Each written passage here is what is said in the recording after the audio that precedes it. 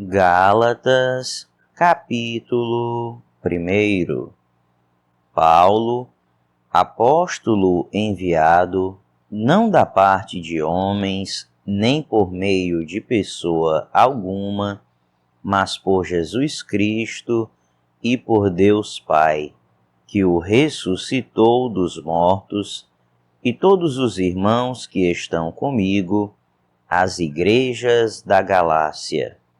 A vocês, graça e paz da parte de Deus nosso Pai e do nosso Senhor Jesus Cristo, que se entregou a si mesmo por nossos pecados, a fim de nos resgatar desta presente era perversa, segundo a vontade de nosso Deus e Pai, a quem seja a glória para todos sempre. Amém. Admiro-me de que vocês estejam abandonando tão rapidamente aquele que os chamou pela graça de Cristo para seguirem outro evangelho que na realidade não é o evangelho. O que ocorre é que algumas pessoas os estão perturbando, querendo perverter o Evangelho de Cristo. Mas, ainda que nós, ou um anjo dos céus, pregue um Evangelho diferente daquele que lhes pregamos, que seja amaldiçoado.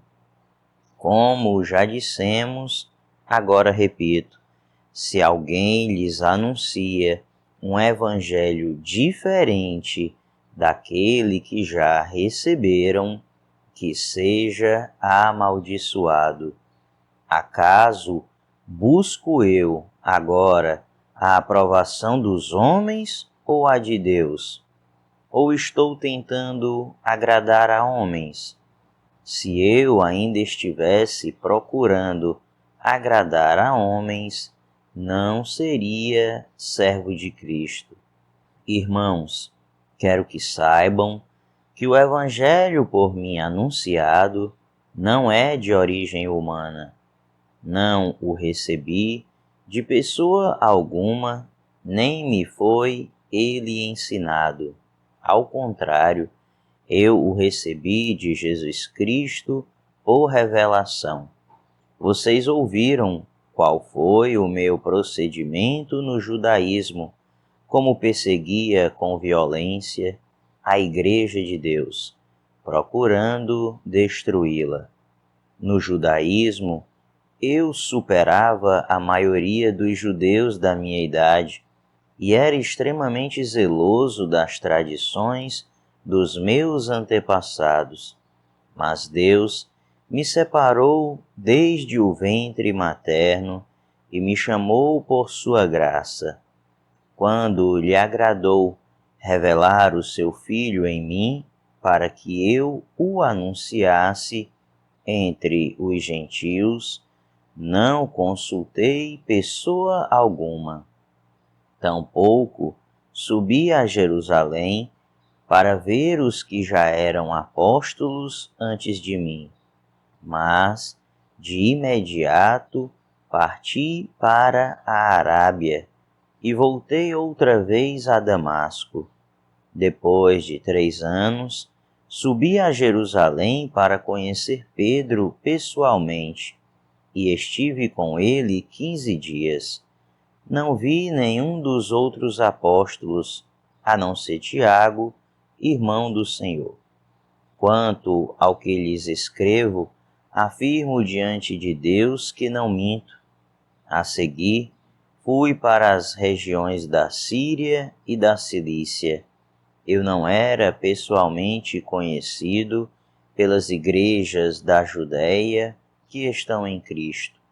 Apenas ouviam dizer: aquele que antes nos perseguia, agora está anunciando a fé que outrora procurava destruir, e glorificavam a Deus por minha causa. Gálatas, capítulo 2. 14 anos depois, subi novamente a Jerusalém, dessa vez com Barnabé, levando também Tito comigo. Fui para lá por causa de uma revelação e expus diante deles o Evangelho que prego entre os gentios, fazendo-o, porém, em particular, aos que pareciam mais influentes, para não correr ou ter corrido inutilmente. Mas nem mesmo Tito, que estava comigo, foi obrigado a circuncidar-se, apesar de ser grego. Essa questão foi levantada porque alguns falsos irmãos infiltraram-se em nosso meio para espionar a liberdade que temos em Cristo Jesus e nos reduzir à escravidão. Não nos submetemos a eles nem por um instante, para que a verdade do Evangelho permanecesse com vocês. Quanto aos que pareciam influentes, o que eram então não faz diferença para mim. Deus não julga pela aparência. Tais homens influentes não me acrescentaram nada. Ao contrário, reconheceram que a mim havia sido confiada a pregação do Evangelho aos incircuncisos, assim como a Pedro aos circuncisos. Pois Deus, que operou por meio de Pedro como apóstolo aos circuncisos, também operou por meu intermédio para com os gentios, reconhecendo a graça que me fora concedida. Tiago, Pedro e João, tidos como colunas, estenderam a mão direita a mim e a Barnabé em sinal de comunhão. Eles concordaram em que devíamos nos dirigir aos gentios e eles aos circuncisos. Somente pediram que nos lembrássemos dos pobres, o que me esforcei por fazer. Quando, porém, Pedro veio a Antioquia, enfrentei-o face a face por sua atitude condenável, pois antes de chegarem alguns da parte de Tiago, ele comia com os gentios. Quando, porém, eles chegaram, afastou-se e separou-se dos gentios, temendo os que eram da circuncisão. Os demais judeus também se uniram a ele nessa hipocrisia, de modo que até Barnabé se deixou levar. Quando vi que não estavam andando de acordo com a verdade do Evangelho, declarei a Pedro diante de todos: você é judeu, mas vive como gentio e não como judeu. Portanto, como pode obrigar gentios a viverem como judeus? Nós, judeus de nascimento, e não gentios pecadores, sabemos que ninguém é justificado pela prática da lei, mas mediante a fé em Jesus Cristo. Assim, nós também cremos em Cristo Jesus para sermos justificados pela fé em Cristo, e não pela prática da lei, porque pela prática da lei ninguém será justificado. Se, porém, procurando ser justificados em Cristo, descobrirmos que nós mesmos somos pecadores, será Cristo, então, ministro do pecado? De modo algum. Se reconstruo o que destruí, provo que sou transgressor, pois, por meio da lei, eu morri para a lei, a fim de viver para Deus. Fui crucificado com Cristo. Assim, já não sou eu quem vive, mas Cristo vive em mim. A vida que agora vivo no corpo, vivo-a pela fé no Filho de Deus, que me amou e se entregou por mim. Não anulo a graça de Deus, pois se a justiça vem pela lei, Cristo morreu inutilmente. Gálatas, capítulo 3. Ó Gálatas insensatos, quem os enfeitiçou? Não foi diante dos seus olhos que Jesus Cristo foi exposto como crucificado? Gostaria de saber apenas uma coisa: foi pela prática da lei que vocês receberam o Espírito ou pela fé naquilo que ouviram? Será que vocês são tão insensatos que, tendo começado pelo Espírito, querem agora se aperfeiçoar pelo esforço próprio? Será que foi inútil sofrerem tantas coisas?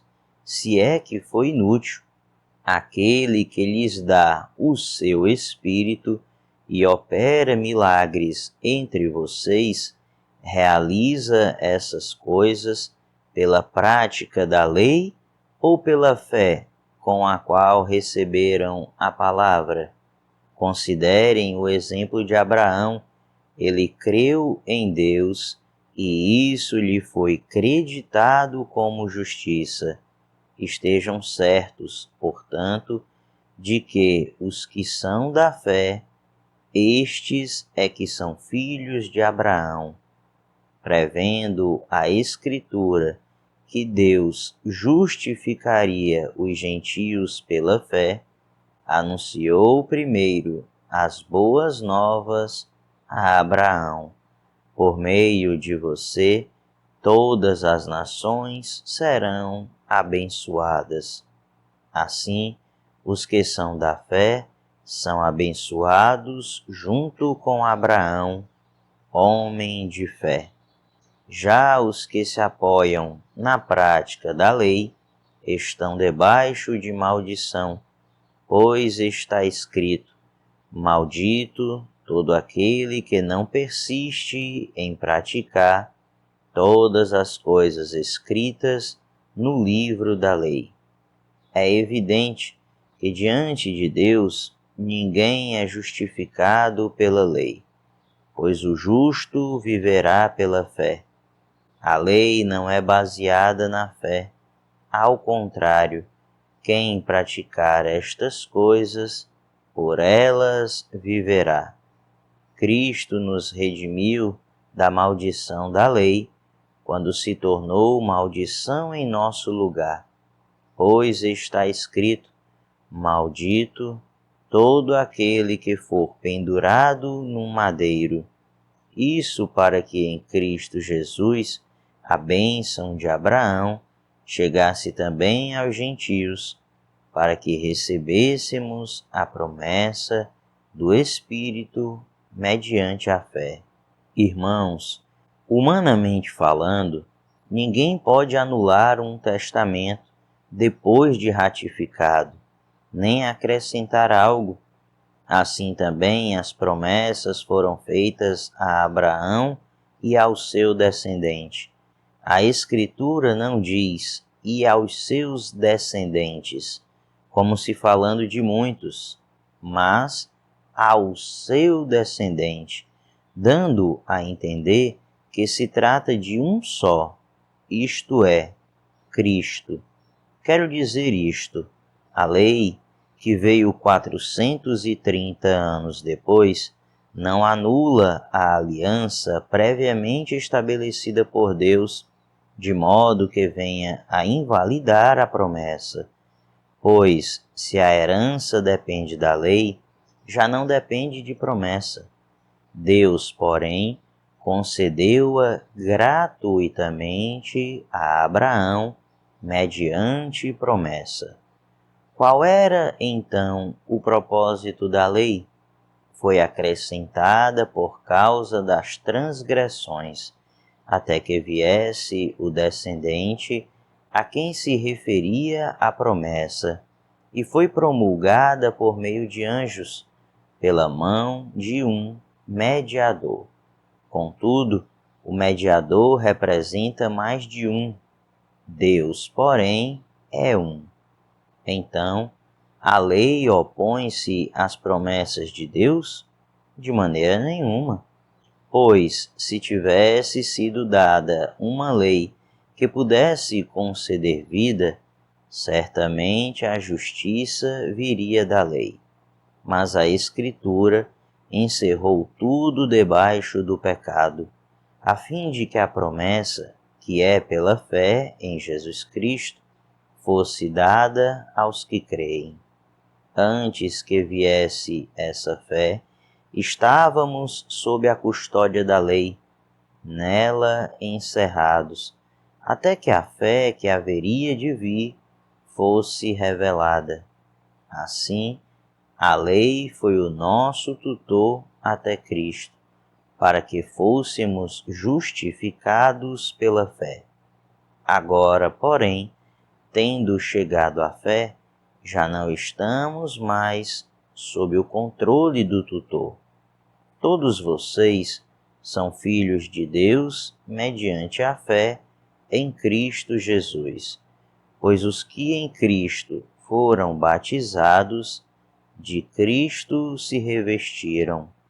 Não há judeu, nem grego, escravo nem livre, homem nem mulher, pois todos são um em Cristo Jesus. E se vocês são de Cristo, são descendência de Abraão e herdeiros segundo a promessa.